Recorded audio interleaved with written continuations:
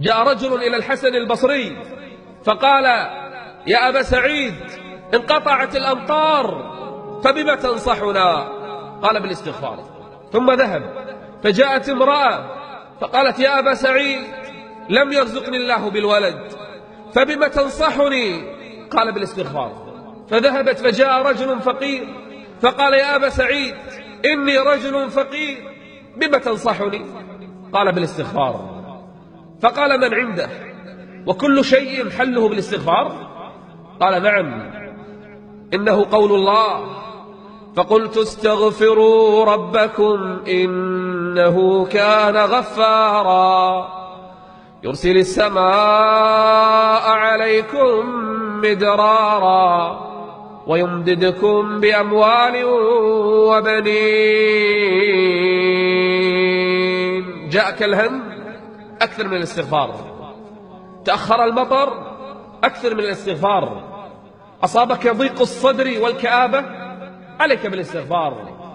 تأخر المال وازدادت الديون وكثرت الهموم، عليك بالاستغفار. ليس هناك أفضل من الاستغفار. كان لقمان يجلس مع ابنه فيقول له: يا بني يا بني، أكثر من قول اللهم اغفر لي. دائما قل اللهم اغفر لي، فإن لله عز وجل ساعة إجابة لا تدري، فلربما وافقتها. قل دوما أستغفر الله في صباحك ومسائك، في ركوبك وجلوسك وقيامك وقعودك واضطجاعك. أكثر من الاستغفار. كان النبي يجلس في المجلس فيستغفر الله 70 مرة وأحيانا 100 مرة، وكان يكثر من قول اللهم اغفر لي، وكان يقول أحيانا: أستغفر الله العظيم وأتوب إليه. ولما انكسفت الشمس في عهد النبي صلى الله عليه وآله وسلم صلى صلاة الكسوف ثم سجد، فسمعه الصحابة يبكي وهو يقول: اللهم لم تعدني هذا وأنا فيهم، اللهم لم تعدني هذا وهم يستغفرون. وما كان الله ليعذبهم وأنت فيهم، وما كان الله معذبهم وهم يستغفرون. كان أحد العلماء ممن أدركناه إذا ركب السيارة يكثر من الاستغفار طوال ركوبه للسيارة. فسأله أحد أصحابه: يا شيخ، أنت في سيارتك دائم الاستغفار، لما؟ هل في هذا فضل؟ قال: ألم تسمع قول الله: وما كان الله معذبهم وهم يستغفرون؟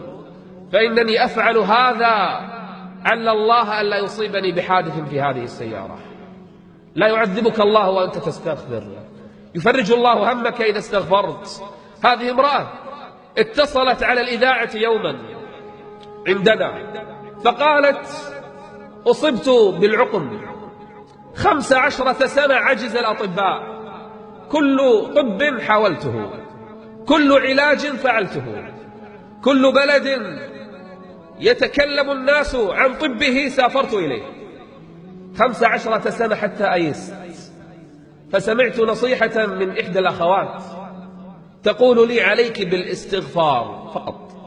تقول: فظللت أستغفر الله أنا وزوجي 6 شهور، 6 شهور لم ينقطع من الاستغفار، مو يوم ولا يومين ولا شهر ولا شهرين، 6 شهور بلا ملل ولا كلل. فاتصلت علينا في الإذاعة تقول: أبشركم، رزقني الله عز وجل بالولد بعد 6 شهور من الاستغفار. إذا خرج الاستغفار من القلب ارتفع إلى السماء، ففتحت لها أبواب السماء